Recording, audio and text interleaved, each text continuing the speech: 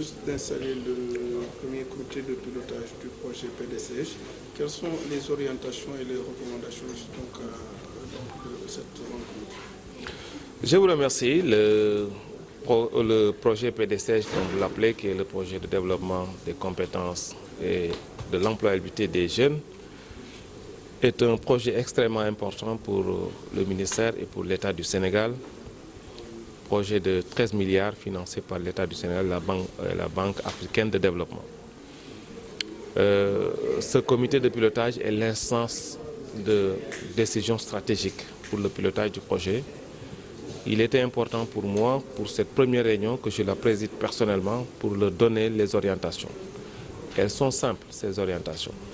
J'ai dit au comité, à la coordination du projet, il faut aller vite et bien dans la mise en œuvre des activités du projet. C'est un projet extrêmement important parce qu'il va nous permettre de former des jeunes dans des domaines innovateurs tels que le pétrole et le gaz. C'est un projet important qui va nous permettre de construire des infrastructures sur les métiers du pétrole et du gaz, sur les peaux et cuirs et sur l'agroalimentaire.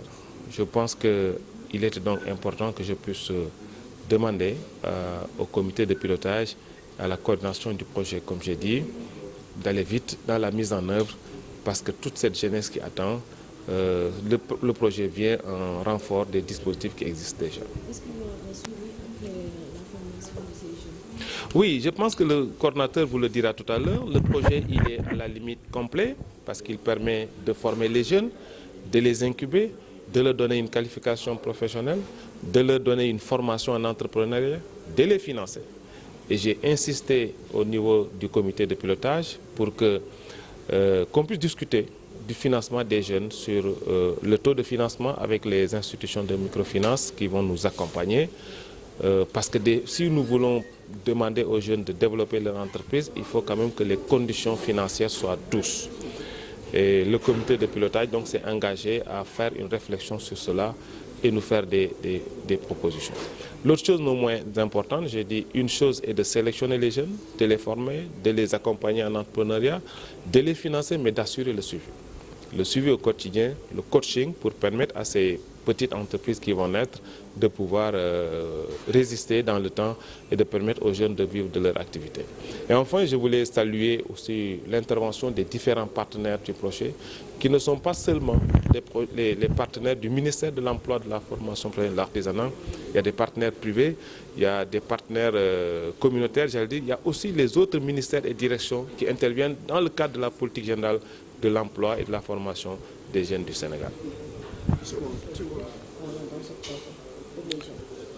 Le PDCG est un projet de l'État du Sénégal d'un montant de 13 milliards de francs CFA financé par la Banque africaine de développement et la contrepartie sénégalaise.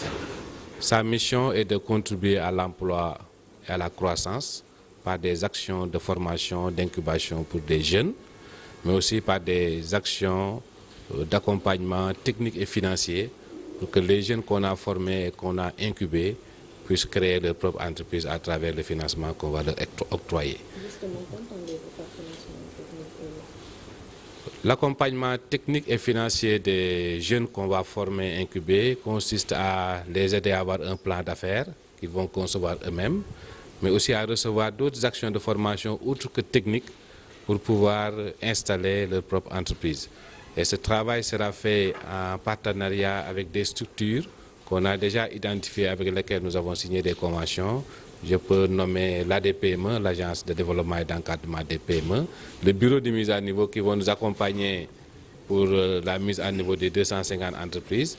Mais aussi dans les actions de formation, nous allons travailler avec l'ONFP, travailler avec l'ITEA, travailler avec le PSEJ, travailler avec NADBI pour la formation de ces 2000 et 3000 jeunes, respectivement dans les secteurs du pétrole et du gaz et dans les autres secteurs de l'énergie solaire, de l'agrobusiness et des cuves de peau.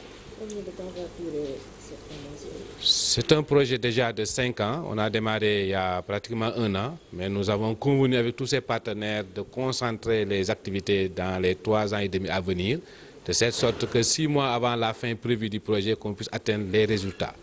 Les formations vont démarrer dans 1 mois à 2 mois. On a déjà conclu et signé toutes les conventions de partenariat avec les partenaires. Nous avons déjà, à ce jour, démarré avec le PSEJ la formation de 200 jeunes qui sont déjà identifiés, sélectionnés, et la formation a démarré depuis le 28 janvier 2020. Et qu'est-ce qui explique les régions cibles, le choix de ces régions? Le choix de ces régions est dicté par les ressources mises à disposition par le partenaire technique et financier, mais aussi par le choix des secteurs d'intervention. Vous savez, le Sénégal est à l'heure des découvertes des jugements. Le projet a opté pour s'orienter sur ces secteurs-là et offrir des formations qualifiantes à des jeunes. Vous voyez bien que Saint-Louis, Dakar, Ziguinchor sont les zones où très frontalières des découvertes pétrolières. Mais je voudrais rappeler, et le ministre est revenu sur ça, que l'accès aux formations est ouvert à tous les Sénégalais. Le centre qu'on va faire au niveau de Saint-Louis, qui va démarrer ses offres de formation dans 3 ans, sera accessible à tous les Sénégalais de toutes les régions. Le choix de ces régions, c'est que nous allons installer les centres de formation dans ces 5 régions ciblées, mais le jeune de Kédougou, le jeune de Tambacounda, le jeune de Matam pourra accéder à des offres de formation parce que c'est des services que l'État offre à tous les Sénégalais.